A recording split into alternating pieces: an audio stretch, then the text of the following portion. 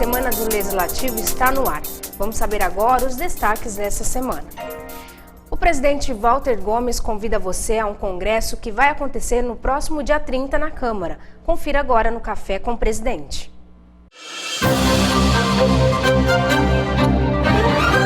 Café com o Presidente. Seu fim de tarde acompanhado de cidadania. Olá, eu sou Daniel Terra e começa mais um Café com o Presidente, nosso encontro semanal com o presidente da Câmara Municipal de Ribeirão Preto, Walter Gomes. Olá, presidente, tudo bem? Olá, Daniel, tudo bem e você? Tudo bem também. Presidente, na próxima segunda-feira, dia 30, acontece na Câmara Municipal de Ribeirão Preto o Congresso em defesa da criação e instalação de câmaras regionais do Egrégio Tribunal de Justiça do Estado de São Paulo, na comarca de Ribeirão Preto. Será um grande evento, não é mesmo? É verdade, Daniel. O evento será na segunda-feira, próxima no dia 30/6, às 20 horas, no plenário da Câmara Municipal de Ribeirão Preto. Faremos um grande congresso em apoio à criação e instalação das câmaras regionais do Tribunal de Justiça do Estado de São Paulo. Desde já convido a toda a população, imprensa, todas as forças vivas da cidade, a fim de nos apoiar nessa iniciativa que é uma das mais importantes para a nossa cidade, Daniel. O congresso será realizado em parceria com a Ordem dos Advogados do Brasil, que tem interesse direto nesse pleito, assim como toda a população, pois as questões de uma justiça mais célere têm a ver com toda a comunidade. Presidente, e o que vem a ser as câmaras regionais do Tribunal de Justiça? Daniel, a instituição das câmaras regionais do Tribunal de Justiça constitui a garantia de você poder recorrer a uma decisão, bem como garante o direito fundamental de revisão das decisões judiciais. Um modo de assegurar a razoável duração do processo e os meios que garantam a celeridade de sua tramitação. Importante, Daniel, é dizer que isso é constitucional. Todavia, o mais importante é o acesso à justiça e a facilitação do ingresso em juízo em todas as suas instâncias. O que revela, Daniel, é uma ação afirmativa em direção à plena democratização do poder judiciário brasileiro. A instituição das câmaras regionais e a forma de descentralizar os tribunais e trazer as câmaras para Ribeirão Preto seria de grande valia a toda a região, pois manteria os processos na região, o que facilitaria, inclusive, o trabalho dos advogados, que não precisaria mais se deslocar à capital, percorrendo distâncias desnecessárias para acompanhar o julgamento ou proferirem sustentação oral. Também, Daniel, permitiria a presença das partes às sessões sem ônus adicionais, tornaria a justiça de segundo grau mais próximo do cidadão de Ribeirão Preto e região. Judiciário mais racional e menos burocratizado.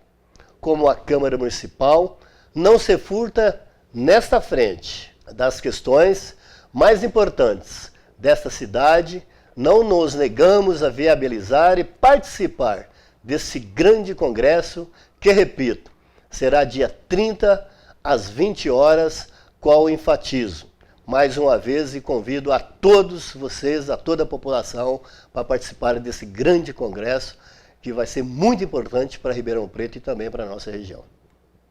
Presidente, muito obrigado por mais esse café e até a próxima semana. Obrigado, Daniel. Eu que agradeço e até a semana que vem, se Deus quiser. E você pode acompanhar esse programa pela TV Câmara, pela internet no câmararibeirãopreto.sp.gov.br e através das redes sociais. O Café com o Presidente volta na próxima semana. Até lá!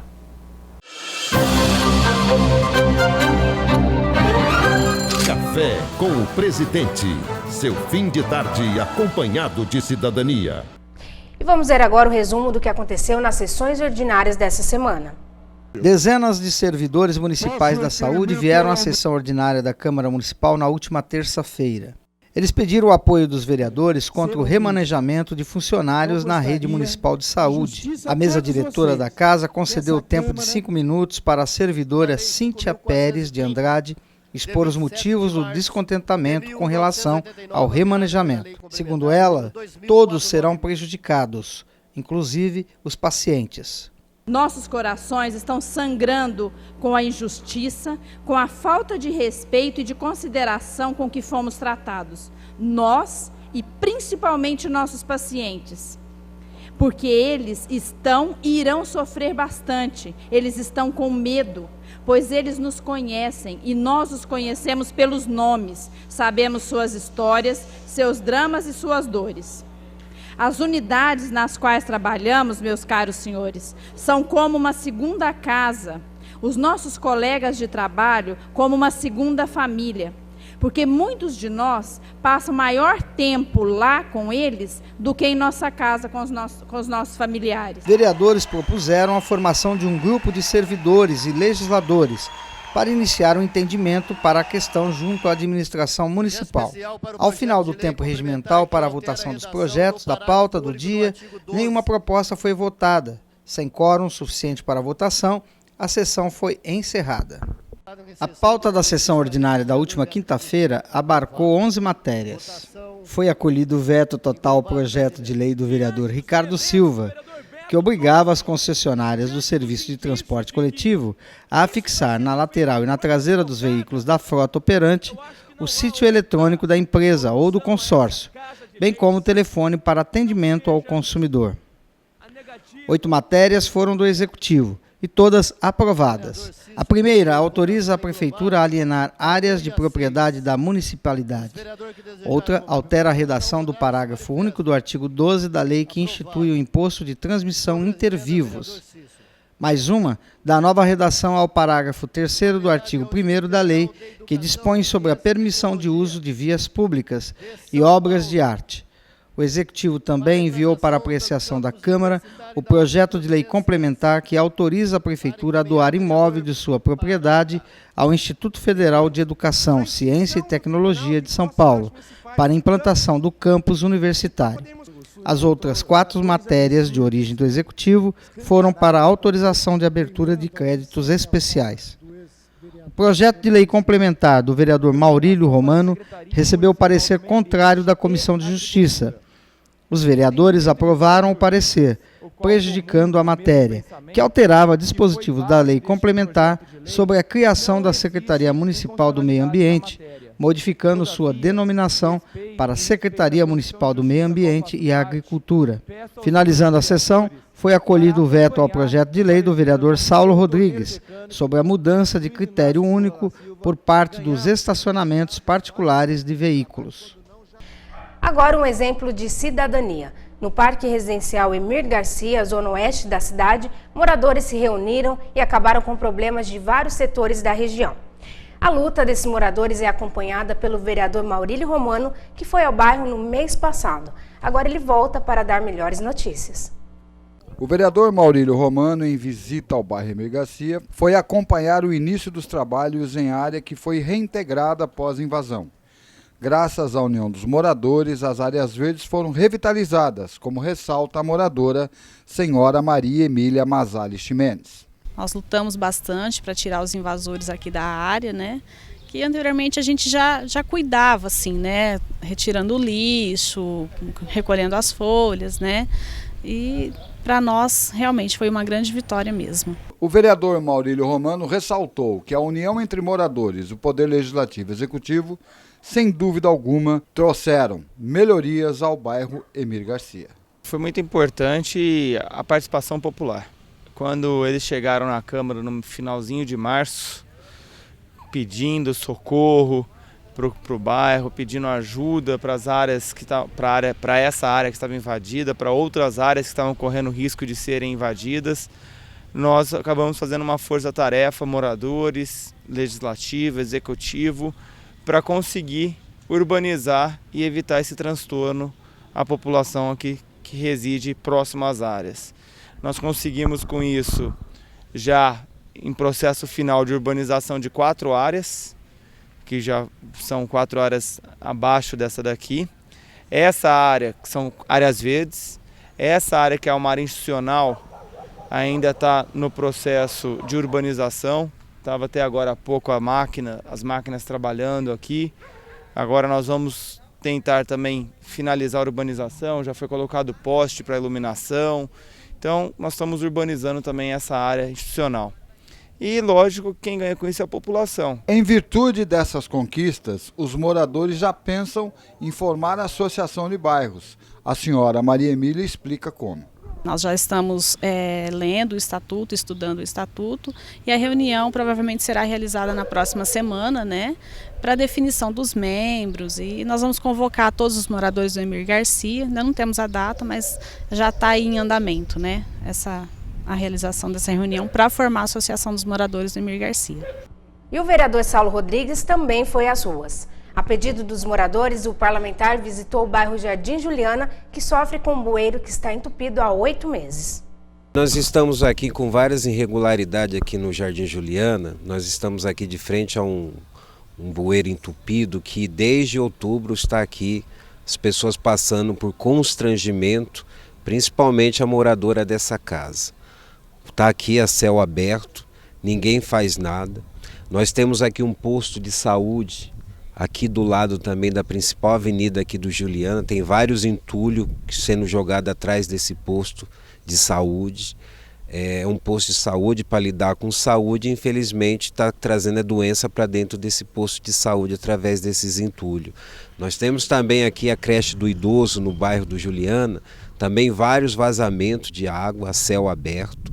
Então assim, eu estou aqui atendendo a reivindicação de todos os moradores aqui desse bairro para que soluções sejam tomadas via pública, porque ficar do jeito que essas pessoas estão, não conseguem entrar dentro de casa por causa do mau cheiro, não conseguem dar uma descarga dentro de casa porque a água volta. Então assim, é lamentável ver a situação que está esse bairro. Desde outubro que o caminhão de material de construção passou em cima do bueiro, quebrou a tampa. Aí meu marido ligou na DAERP, na infraestrutura, ligou num monte de lugar, fez um monte de solicitação e ninguém deu retorno nenhum. Quando eu voltei de férias em janeiro, estava alagada a rua, cheia de sujeira, mas muita água. Aí eu chamei a clube, fez reportagem, mostrou tudo, o mato aqui diferente do postinho, mas ninguém tomou atitude. Aqui tem um protocolo, que foi os últimos, 19/4, 28/5, o número está aqui, e tem também os outros antigos, que nem vieram fazer o serviço aí. E você pode ver, e o pessoal que nos acompanha pela TV Câmara, tamanho o constrangimento que os moradores aqui têm passado aqui nesse bairro também em relação a esse vazamento. Então, eu estou entrando com um requerimento para que seja aprovado pelos 22 vereadores e que as providências do Executivo seja tomada para que essas pessoas não venham a sofrer mais com esses vazamentos a céu aberto em frente à casa delas. A Escola do Parlamento da Câmara promoveu a palestra Mecanismos de Excelência na Gestão Pessoal e Profissional, a interação com o setor público. O professor Edson Renato Nardi foi o convidado que deu uma aula sobre como lidar com os conflitos do nosso dia a dia. A palestra reuniu funcionários do Legislativo e universitários. O professor falou sobre como as características pessoais impactam o ambiente coletivo e frisou que o indivíduo deve criar sua independência de atitudes para alcançar melhores resultados. As grandes batalhas começam a ser vencidas com o primeiro passo. Se você esperar que os outros deem o primeiro passo, meu caro, minha cara, espere sentado. Você não vai mudar a sua vida. Ou você assume o controle do seu destino, ou alguém o fará por você. Também ressaltou a importância da disciplina para atingir os objetivos. O desafio é que você deixe de ser reativo e seja proativo. Haja no seu micro-mundo e você indiretamente mudará toda uma realidade. O próximo evento da Escola do Parlamento será no dia 6 de agosto, às 15 horas. Será uma palestra com o tema Princípios da Administração Pública. Um valor que você está cultivando, qual que você me diria? Problemas na gestão do poder público. Esse é o assunto do Momento Câmara.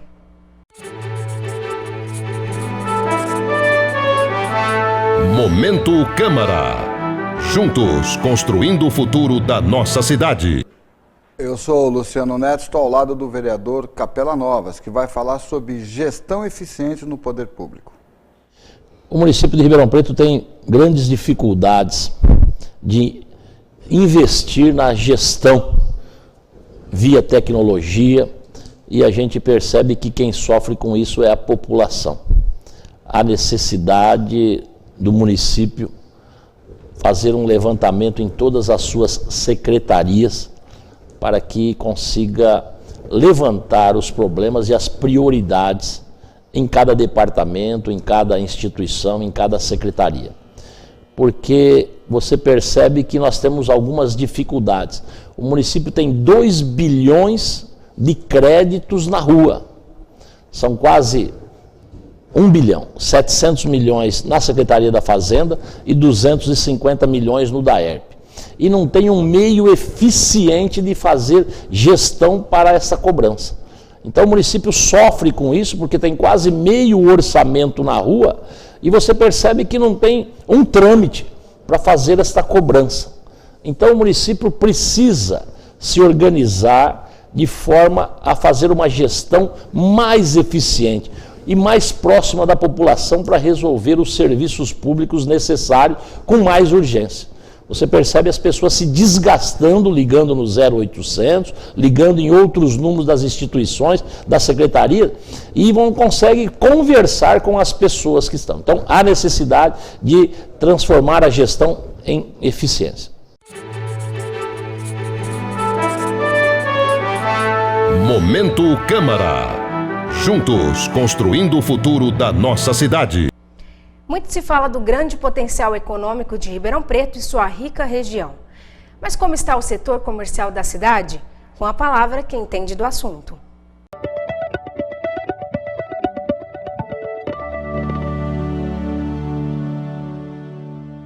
Ribeirão Preto, na realidade, ele tem uma economia totalmente diferenciada de outras cidades, né? Uma economia muito diversificada. Tanto é que quando você tem crise, Ribeirão Preto tem uma das últimas cidades a sentir o efeito de alguma crise.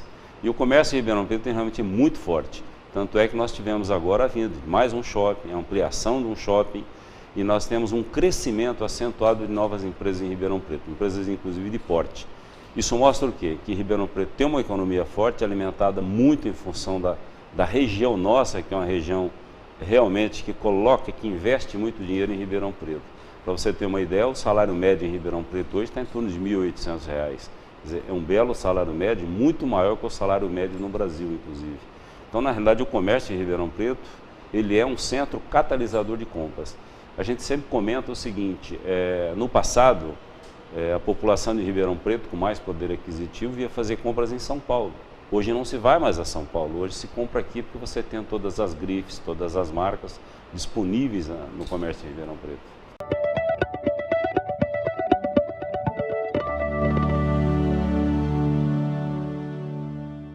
O vereador Maurílio Romano participou nesta semana da gravação do programa Transparência da TV Câmara.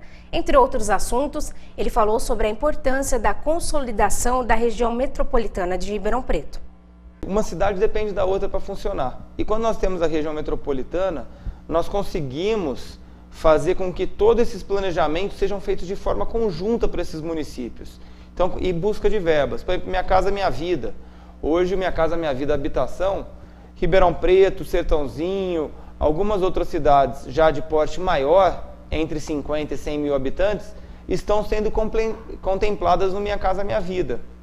Mas as cidades abaixo de 50 mil habitantes não estão sendo.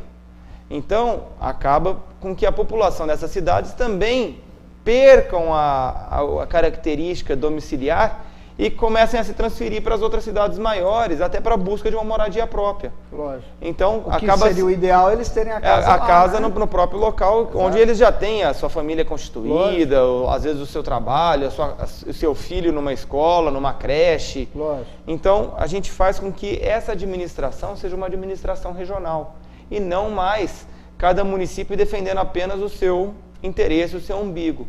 E que a gente possa passar a compartilhar de verbas. Hoje tem verbas do governo do estado, que nós estamos perdendo para a região toda.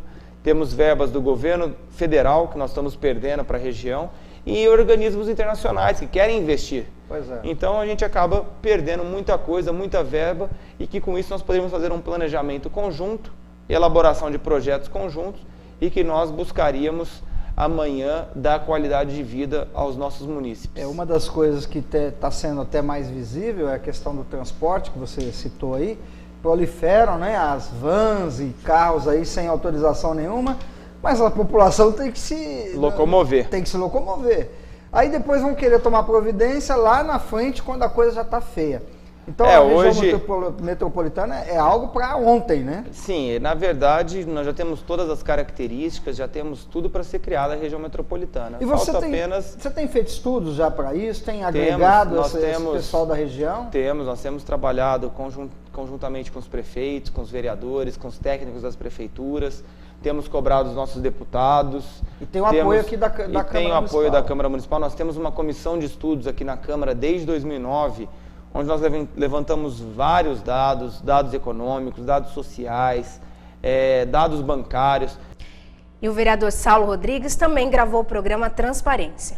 O vereador é autor da lei que obriga as casas noturnas da cidade a instalar o dispositivo de contagem de pessoas e indicar a capacidade máxima, a fim de evitar superlotação. Questionado sobre o assunto, ele explicou detalhes da nova norma. Essa lei minha, ela proíbe, a partir de agora, a casa noturna ela ter números de pessoas a mais. Ou seja, se a capacidade é 200 pessoas, não pode ter 300, 400 pessoas. E para isso ela tem que colocar um dispositivo. A partir de agora, ela tem que colocar um dispositivo que conta as pessoas. Entrou uma pessoa, tá lá, Entrou 10, 10. Tá lá. Aí quando eu vou entrar, eu tô lá. Cabe 200, já tem 199. Como tem que ficar no lugar de visibilidade, a partir do momento, por exemplo, ele tem que colocar lá, identificar 200 pessoas, o máximo, capacidade máxima, 200 pessoas. E quantas tem?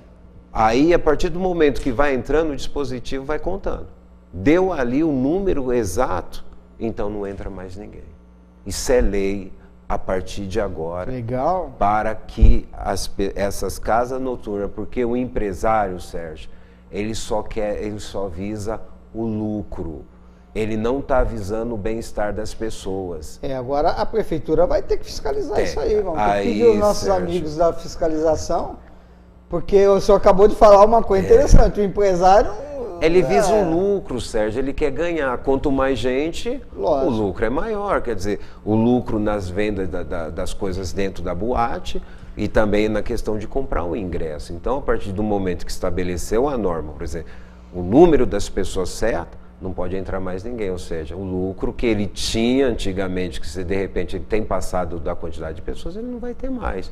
Só que assim, Mas também ele não corre o risco de sofrer os danos que os donos lá daquela boate estão sofrendo até hoje. Exatamente. Né? Porque não adianta nada ter um lucro agora temporal e depois pagar por resto da vida também. Né? Coisas que aconteceu. Pagar por crimes, porque de repente o empresário nem lá estava, mas está respondendo. E vamos mais uma vez ao Momento Câmara.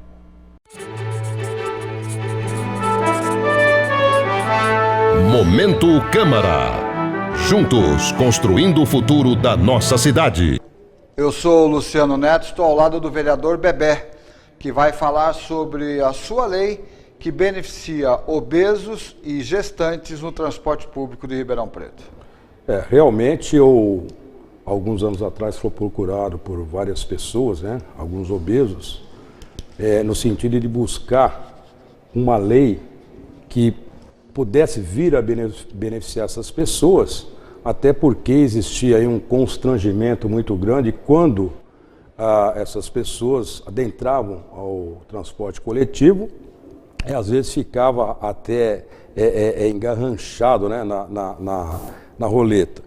E eu, juntamente com a minha assessoria, nós buscamos aí, criamos uma lei que hoje, graças a Deus, já há alguns anos, né, beneficia essas pessoas, que o que diz a lei? As pessoas obesas ou mulheres gestantes, né, possam adentrar ao ônibus pela porta traseira, né? E isso já há alguns anos já é lei aqui em nossa cidade. E o que falta, Luciana, e peço aqui para os responsáveis, né, principalmente para os responsáveis pelo consórcio pró-urbano de Ribeirão Preto, que divulgue mais esta lei para que as pessoas possam realmente, né, estar ciente que essa lei existe.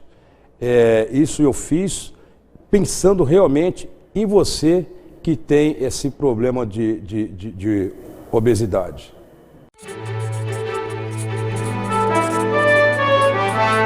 Momento Câmara. Juntos construindo o futuro da nossa cidade. E a comissão que investiga os problemas da saúde pública da cidade se reuniu na última terça-feira. Compareceram familiares de pessoas vítimas da deficiência do serviço. Entre elas, a família da jovem Gabriela Zafra, que morreu após várias tentativas de atendimento nos postos de saúde. O objetivo é discutir, analisar e propor soluções para o atendimento nos postos de saúde da Prefeitura Municipal. Neste primeiro encontro, a comissão recebeu familiares de pessoas vítimas de mau atendimento. Saiu do carro, alguém socorre, alguém ajuda, minha filha está tendo uma parada cardíaca, ajuda aqui. Segurança, 2 metros de altura, ninguém fazia nada. Eu desci também, deixei a minha irmã no carro, deitada, no banco de trás, desci, ajuda aqui, pô, ninguém. Aí a moça, a enfermeira, a pessoa da segurança lá na frente, que faz a portaria ali, vai um pouco mais para trás. Pô, minha mãe, né, no estado daquele que estava, minha mãe teve que dar ré com o carro ainda para poder ter que levar. Então, assim, é uma falta de estrutura muito grande. O vereador Dr. Jorge Parada esclareceu alguns pontos da medicina em relação ao caso da Gabriela e fez a seguinte constatação. A prefeitura admitiu claramente, até com declaração do próprio secretário, ele vai estar aqui presente para ver se ele confirma, mas a matéria está aqui, tem documento. Então, eu acho que é uma coisa assim, realmente inaceitável, né? O vereador Ricardo Silva expôs sua visão sobre o caso de Gabriela e questionou a família da jovem se a prefeitura demonstra interesse em investigar o caso e apurar integralmente os fatos. Não, a prefeitura não convidou nada. Eu que tive a iniciativa de fazer uma passeata em nome disso, de procurar, porque em nenhum momento eles foram lá em casa e falaram assim, o que sua filha teve? Houve falha na saúde. Não, em nenhum momento. Ia ser mais um caso. Ia ser mais um caso que ia colocar debaixo do pano e morreu. Morreu porque a gente tem desculpa. É isso. Coloca debaixo do pano e deixa. Quantas pessoas já não acontece isso? Com ela, com várias. Vocês podem ver, vocês que estão nesse meio, vocês verem, o jornalismo inteiro vê que há falha na saúde. Outros problemas na gestão da saúde pública também foram relatados pelo advogado da família, que fez uma denúncia grave. Os médicos, me parece, que não estão atendendo à convocação da polícia. Existe uma regra de processo que o superior hierárquico, no caso de servidor, é intimado a apresentar o funcionário. Isso não acontece no caso da saúde. Por quê? Porque não são servidores, são terceirizados. Então veja a consequência que pode ser levada à terceirização. Estiveram presentes também parentes de Laís Fernanda Balan, jovem de 22 anos que morreu após passar dias procurando atendimento por dores nas pernas. Após idas e vindas da UBS Central, na madrugada de 28 de março, Laís morreu, diagnosticada com tromboembolia pulmonar. Só que nisso, antes, eu, a minha sogra e a minha cunhada, eu tinha avisado para ele, eu tinha falado novamente para ele, falou, doutor, faz exame de ultrassom nela, ela está com trombose, ela tá com trombose. Toda hora ele falando que não era trombose, que era mal-estar. Aí ela perguntou pro doutor, falou, doutor, realmente eu posso ir embora? Ela falou, não, pode ir embora, mãe, pode ir embora, porque se ela continuar bem assim, ela vai ser liberada, isso aí é só um mal-estar que ela está sentindo, ela está sendo medicada, se ela continuar do jeito que está aí, ela pode ir embora. Ela puxava o ar, parava, em nenhum momento o doutor já levou ela a passar, esperando assim, essa parada que ela dava de respirar, ele só chamava ela, Laís. A hora que ela parou de respirar ali na minha frente, ali na frente deles, que eles levaram ela a passagem de emergência, tentaram fazer a massagem cardíaca nela. Aí nessa sala eu vi eles rasgando a roupa dela, colocando um tubo de oxigênio, só que infelizmente já não deu mais tempo. Ao final, o presidente da comissão, Dr. Jorge Parada, marcou para a próxima semana a oitiva de funcionários e médicos relatados na reunião. O vereador pediu também que as famílias comparecessem novamente para mais apurações. Agora um ato pela vida. Você já doou sangue? Você tem medo ou não sabe quais as condições para ser um doador? A TV Câmara foi perguntar por você. Para ser doador de sangue hoje, a pessoa deve estar com boa saúde, né? Esse é um critério fundamental. Ele deve ter de 16 a 67 anos de idade, estar portando um documento oficial com fotografia, isso é muito importante para que a gente possa identificar o doador corretamente, tá? E não possuir doenças de base, como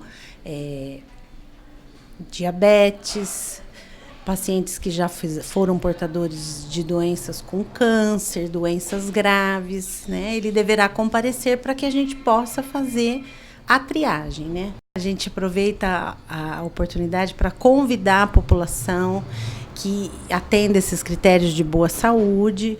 O número de doadores não é hoje suficiente para que a gente atenda a demanda de transfusão. Nós precisamos ampliar para poder fazer um atendimento adequado. Nós não fechamos em feriados, não fechamos sábado e domingo, nós temos sempre porta aberta para atender a população. E acontece na Casa da Cultura a exposição Marcos da Televisão Brasileira. Eu fui conferir, vale a pena. A mostra, idealizada e organizada pela ProTV, Associação dos Pioneiros Profissionais Incentivadores da Televisão Brasileira, reúne banners com fotos de artistas e fatos que marcaram a história e a memória dos telespectadores. Agora nós estamos tendo essa grande exposição retratando aí os marcos da TV brasileira. Mais do que isso, né? Hoje com a presença da Vida Alves, fazendo uma palestra, falando com todo mundo, contando um pouco da sua história na TV. Por exemplo, ela estava explicando que na época que ela fazia a novela era transmitida ao vivo. Então pensa bem, hoje uma tomada de 30, 40 segundos numa novela, às vezes leva-se o dia todo para gravar, repete-se aquela tomada 10, 15 vezes. Na época dela, não, era ao vivo, tinha que fazer, então tem uma série de diferenciais que as pessoas vão poder conhecer, não só na exposição, mas nessa palestra que a Vida Alves vai estar proporcionando para as pessoas aqui. Está sendo realizado por quem? É uma parceria?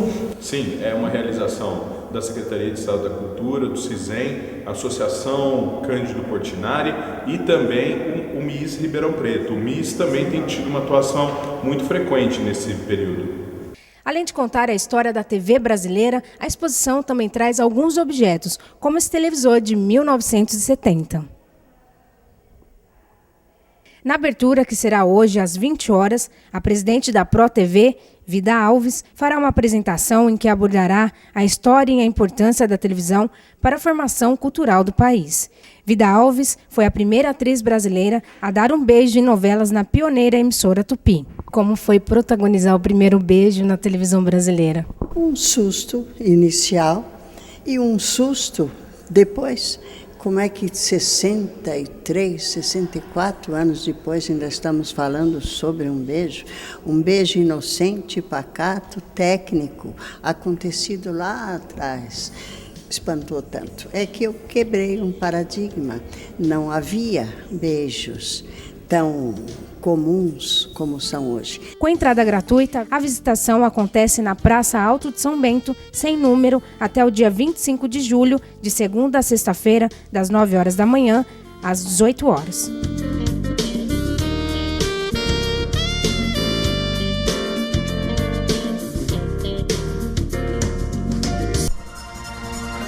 E a Semana do Legislativo fica por aqui.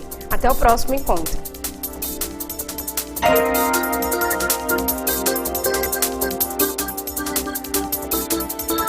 Café.